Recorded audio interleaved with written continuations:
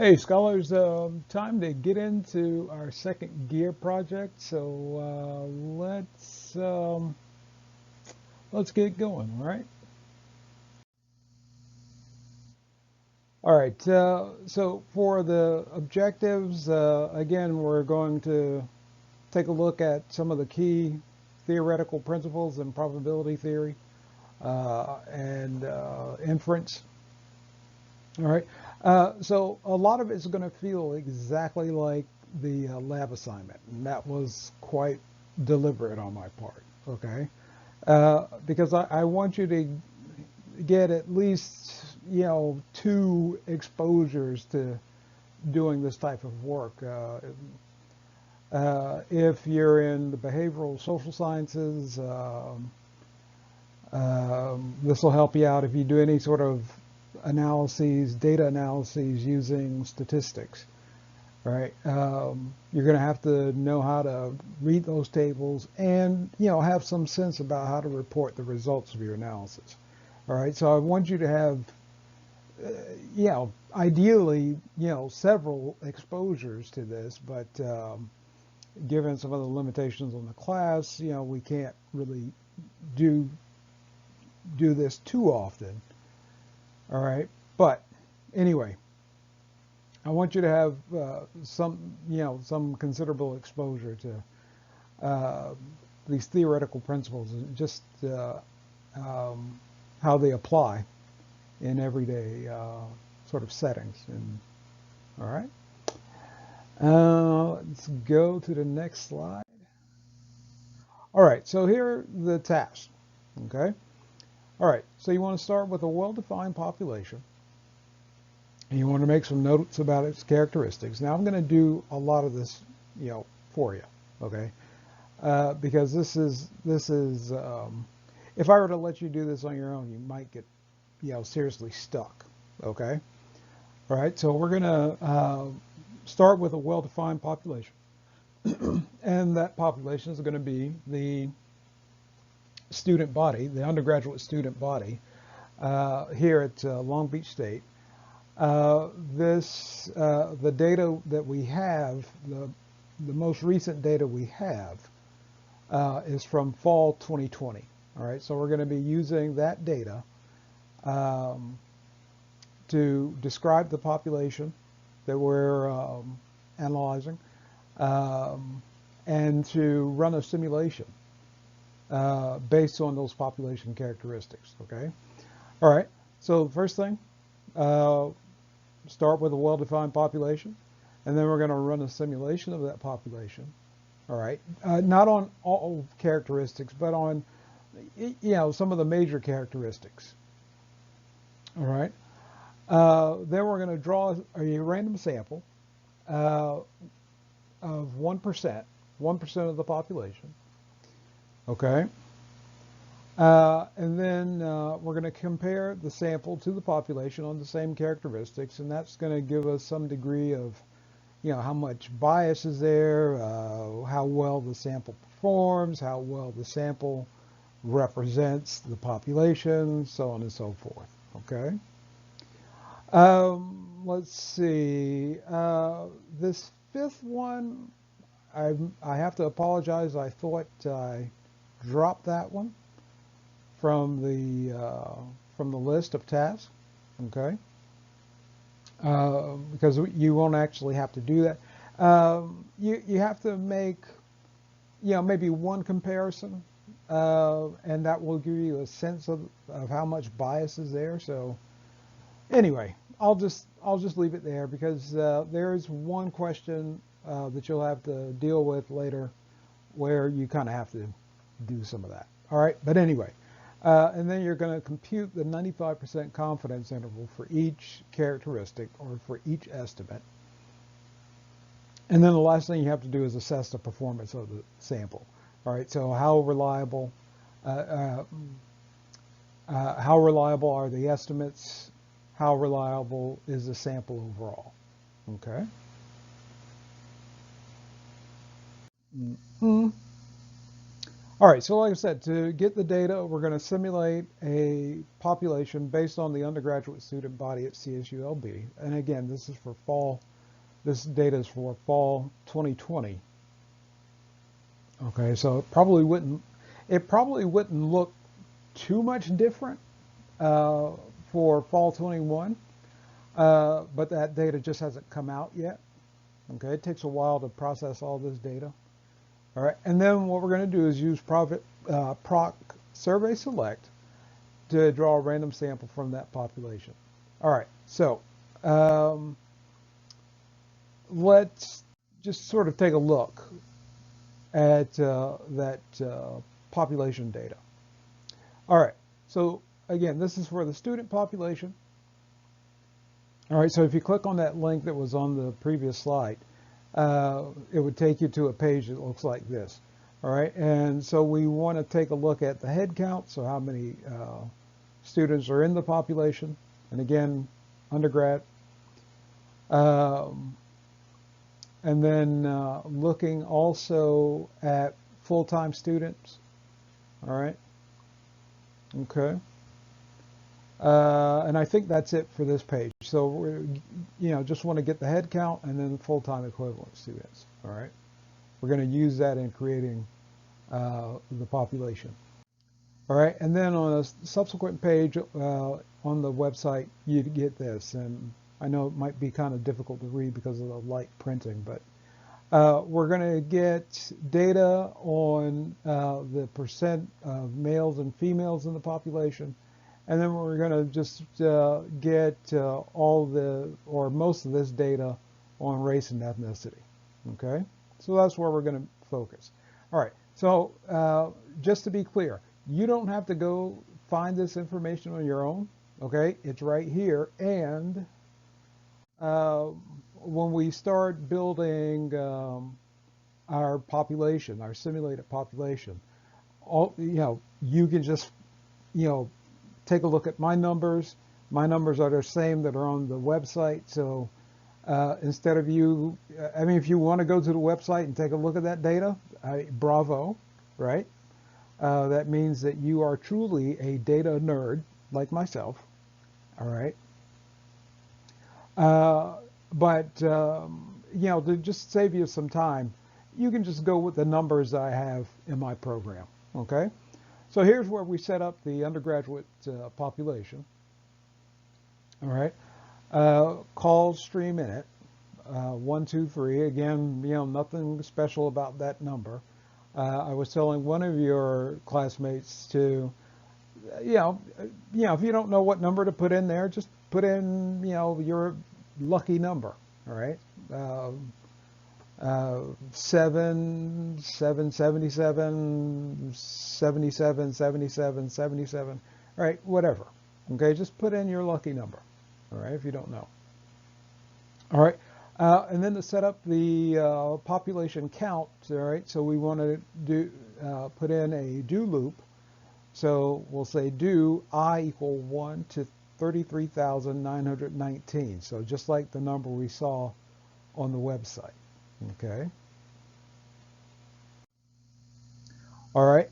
And then here are the characteristics we're going to take into account here. All right. So we're going to have a variable labeled sex. And we're going to set up a table statement for each of the characteristics. Okay. So what we're going to do is just take the information from the website and just plug it into here. Okay. So for like sex, males represented 42.83% of the population. Okay, so here, instead of putting 42.83%, we're going to say 0.4283. Okay, and it's the same thing with the other ones. All right, so instead of 0.1% for American Indian, all right, we're going to take that number, divide it by 100, and so we will end up with 0.0010. Okay, Asians in 2020, in fall 2020, were about 20.74% undergraduate population. Blacks were 3.78%. Okay. Latinx 46.11%. Okay, so here when we bring that number into our SAS data set, we want to convert it to a proportion. So we want to take the 46.11 and divide it by 100, and that would give us 0.4611. Okay. Native Hawaiian, white, and then I just put all other categories together. Okay. All right, and so that group was 12.82% of the population, or to put it as a proportion, 0.1282 of the population. All right, and then full-time status, the number of the percentage of students with full-time status were 87.80%. So again, here we take that original value divided by 100, and we have 0.8780. All right. So in each of these, I'm creating just two categories. So I'm giving SAS one value, and then SAS is going to essentially take this value, and then to create the other value is going to just say, all right, 1 minus 0.4283, so on and so forth. Okay, so it's going to take the complement of this number to fill in the other group. Okay. All right. So again, since I'm working with two groups, I only need to put one number here. All right. I don't need, I can put a second number, but SAS gives us this little shortcut. Just put in one value and go from there. Okay. All right. But that only works when you're creating just two groups. Okay. If you're creating three groups, you have to put in at least two of the values. All right. Let's go here. All right. In terms of labels, okay, you can just run with these labels that I have here. Okay. If you want to modify them in any sort of way, go right ahead. Okay.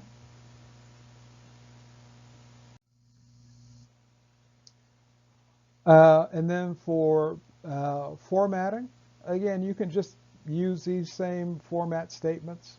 Okay. But you want to assign at least three. Okay. All right. One thing you want to keep in mind is that this one format, race F, 1 equals yes, 2 equals no. All right. This can apply to all of the racial and ethnic groups. Okay. So if we were looking at when we create these variables in SAS, right? SAS is going to say, all right, SAS is gonna give each group two values, either a 1 or a 2. Okay, so a value of 1 means that, or let's say Native American. Okay, rather American Indian / Native Alaskan, I think is a group.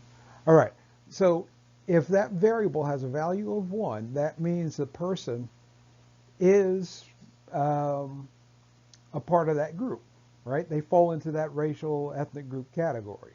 Okay, a value of 2 means they don't. All right, it's the same thing with black. So if there's a value of 1 there, that means the person is a Black American student, here at Long Beach State. If they get a value of 2, that means they're in some other group. Okay. All right. So yes, they are black. No, they are not. Okay. So again, that's going to apply to each of the racial and ethnic groups. All right, so you don't need to create a format for each group separately. I mean, if you want to, you can go ahead and do that, but you could save yourself a lot of time if you just use a more generic format like this. Okay. All right. Anything else on that? I think that was it. All right. For the first set of analyses, you want to run a proc freak on the UG POP, undergraduate POP data that we've just created. All right. You want to use these same titles that I have here because this will help me help you find information, the information you need to fill out the table you're going to have to complete for as part of the Gear 2 project. Okay. All right. So use the same title. All right. And then you want to apply the formats. Okay. So format for the variable sex is sex F. All right. So again, if sex has a value of 1, that's male. If it has a value of 2, that's female. All right. And then to apply the race F format, all right, to each of the racial and ethnic groups, all right, you could simply list the first racial group, right? So here's American Indian, and Native Alaskan is tied into this, right? Followed by 2 hyphens, or dashes, dash, dash, okay?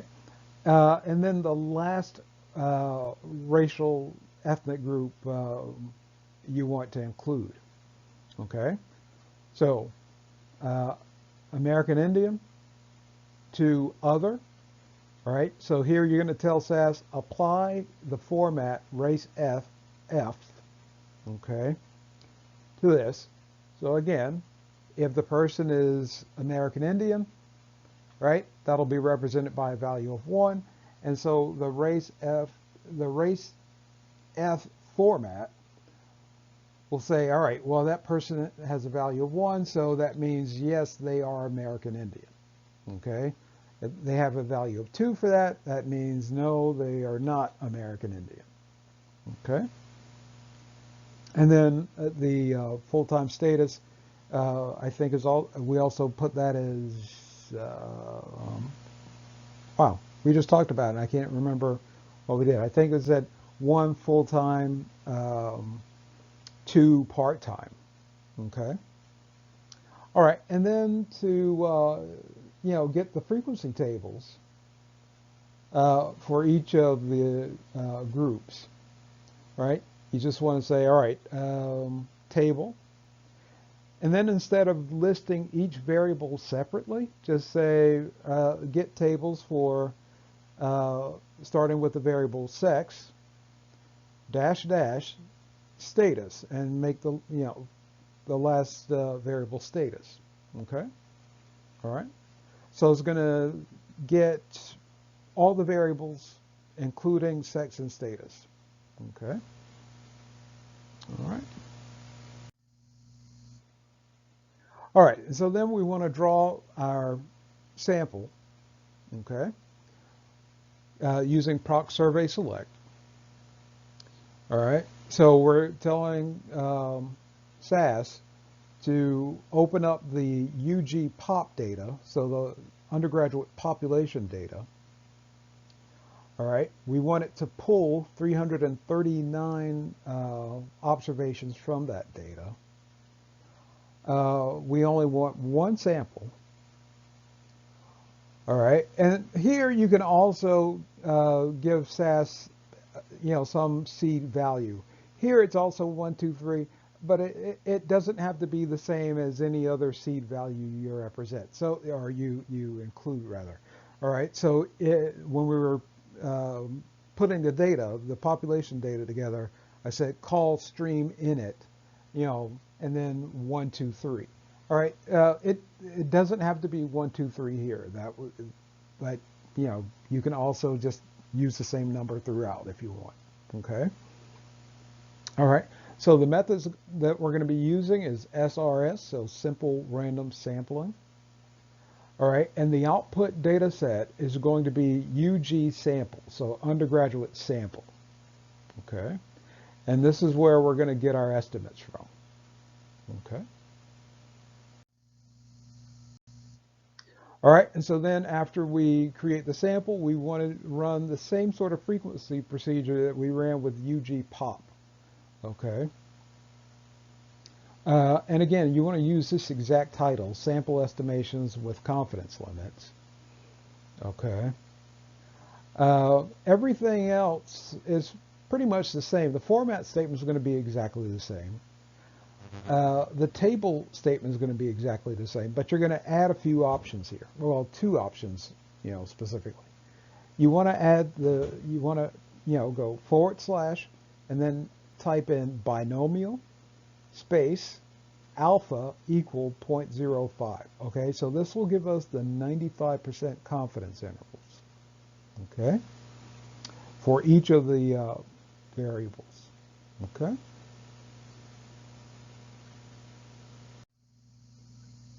All right. So when you're reporting the results, here's the table I want you to use. All right. And when as soon as I get a chance, hopefully, very soon, um, I'm going to upload a copy of this table up to Beachboard, so you can get hold of that. All right, and just use it. So you'll be able to download it. It'll be in PowerPoint format. So you should be able to, download it and then pull it into Google Docs or something like that. Okay. And then you can just fill it in. Okay. And so you're going to get data from the output. Okay. From the ProcFreak output. Okay. For the population. And then these four columns, you're going to be looking at the ProcFreak output for the sample. All right, so you're going to get this information from the ProcFreak of the population data, and then these from the ProcFreak of the sample data. Okay, so I think I show you a couple of things here. All right, so when you're looking at the simulated population parameters, okay. All right. Again, the value you want is the first value listed. Okay. All right. So for biological sex at birth, all right, you have male. Okay. So you're going to grab this number, all right, and you're going to convert it into a proportion, all right, before you enter it into the table. Instead of 42.84, you're going to put 0.4284. And again, as you saw in the data step in our SAS program, all right, those numbers are already converted to that.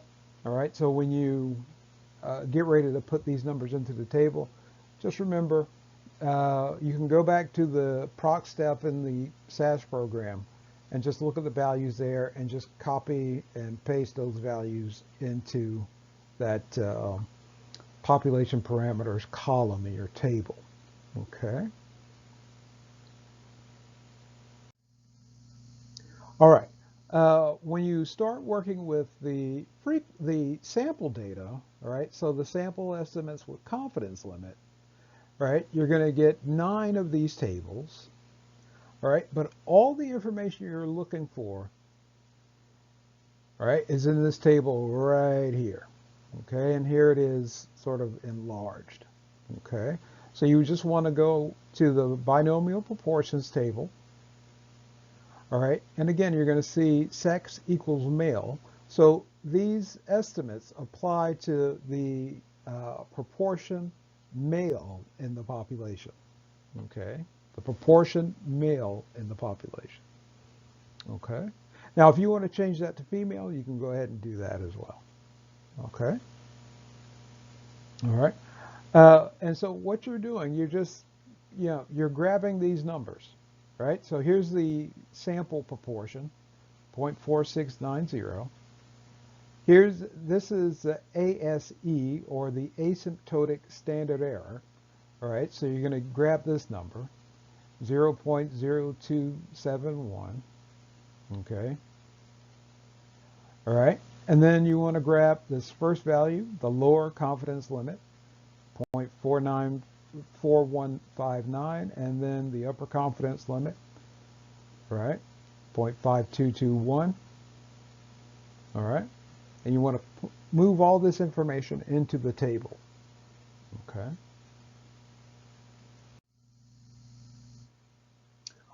All right. All right. So again, when you're working with the table, all right, you're getting data for this column from the population parameters tables. All right, and then for each of these, you're getting the sample estimates with confidence limits. Okay. You're getting data from those tables.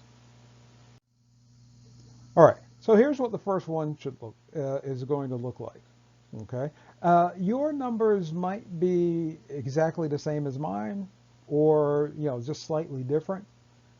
Okay, but I'll tell you what. Make sure you use for call stream init. Make sure you use that same value, 123. All right, just go ahead and do that, because we want to try to, one of the things I want to see, this isn't part of the gear project. This is something I'm just going to do after everybody's gear projects are turned in. I'm going to take a look at your results, and I want to see how well your samples performed, right? Because at the end of all this, at least 95% of you should have samples that performed very well, or excellently, all right, for each of these. All right. So anyway, this is what each line is going to look like. All right. So for sex equals male, right, 0.4284. The sample estimate is 0.4690. The asymptotic standard error, 0.0406. All right, and then I'm just looking at the binomial proportions table for the sample data, and just moving it over, right? So 0.4159 and then 0.4221. All right. So I'm going to do that for each line. Okay. And that's what you want to do. You want to do it for each line. All right. And so here's what a completed table should look like. Okay. So again, all this is coming from the population data. These four columns, all the data in these four columns is coming from the sample data. Okay, the binomial proportions table. Okay. Again, folks, if you need help finding this information, please just let me know. Okay. All right, and then the last part of this is a set of questions I want you to answer about the data. Okay. All right. So the first question is, for which variable was the difference between the statistic and parameter smallest? Okay. All right. So that was, in my data, that was for the Latinx group. Okay. All right. So for this variable, you had much less bias. All right.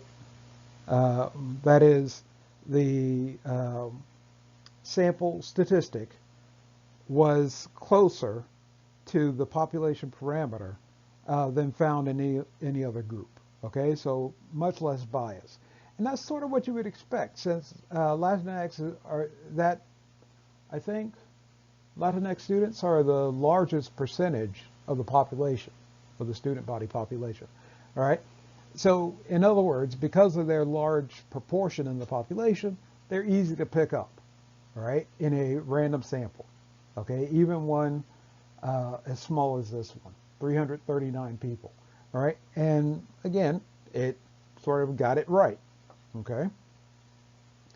For which group, or for which variable, that should say, for which variable was the difference between the statistic and parameter the largest? Okay, so that was for the group other.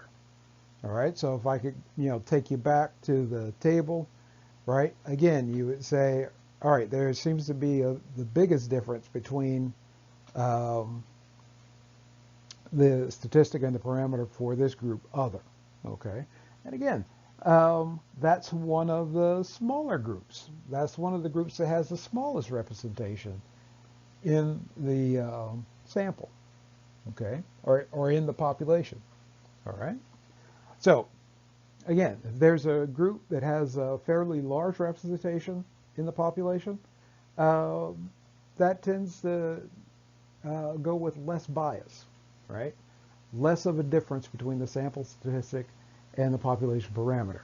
Or another way to put it, groups that have a larger representation in the population, when we pull a sample, that sample is going to be more representative of that population. Okay, that sample is likely to be very representative of that particular population. Okay. Question 3. In which group is the standard error largest relative to the sample estimate? All right. So here, and you have this little hint to help you out. Look for the standard error with a value that comes closest to the estimate. All right. So in this case, it was American Indian, Native Alaskan, and Native Hawaiian. And again, these are these two groups. All right, these two groups have the smallest representation. They make up the smallest proportions of the population. All right, and so again, when you have a group that has a very large representation of the population, it's easy to pick them up in a sample. Okay, but when you have a group that, or in this case, two groups with very small representations in the population, it's very difficult to pick them up. All right, and so what you see is these, larger standard errors. Okay. All right, so which group has the smallest interval? All right, so here you want to subtract the lower limit from the upper limit. Okay, so in this case, it's full-time status. And again, a group has a fairly large representation in the population. Okay. And then here, question 5, how many of your estimates are reliable? All right, so here you want to use the two criteria that that we covered in lab. Okay, and that we covered in the lab video. Okay, so you want to look at, for each estimate, you want to say, all right, well,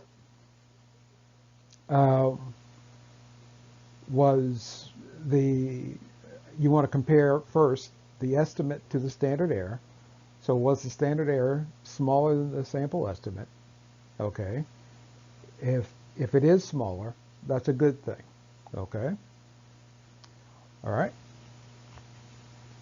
And then the second question is, does the 95% confidence interval, right, based on the sample data, does that confidence interval capture the true population parameter? Okay, so if you say yes to the first question and then yes to the second question, all right, you got something reliable. You have a reliable estimate there. Okay, so in my case, I had 9 variables. I had 9 reliable estimates. All right.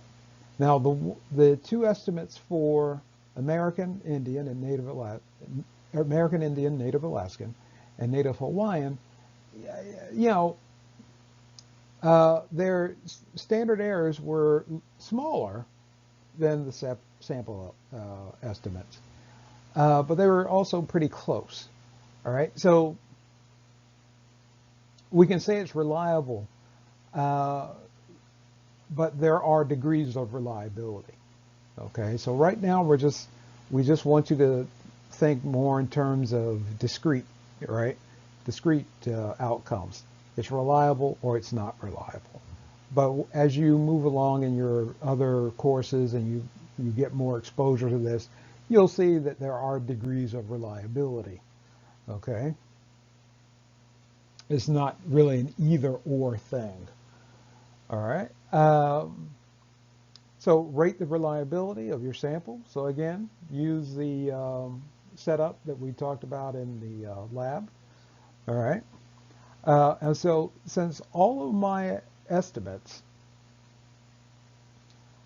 meet the criteria, I'm going to say my sample is excellent. Okay. So again, if statistical theory holds, at least 95% of you should come to the same conclusion. Okay. A few of you might get in the mediocre range. There might be a couple that are in the poor range. Okay, but just keep in mind, folks, keep in mind, just because you get a sample that is mediocre or poor, you know, your grade isn't going to be, respective, right? You're not going to get a mediocre grade for the gear project, and if you came up with a poor sample, you're not going to get a poor grade for the project. Okay, mediocre, poor, these are just functions of the randomization process. Okay, all right. I think that was it. Yep. Okay. All right. So, folks, once again, let me know if you need help with the gear project. All right. Um, um, and I'll be more than happy to help you out with that. All right. All right. All right. Well, I'll talk to you later.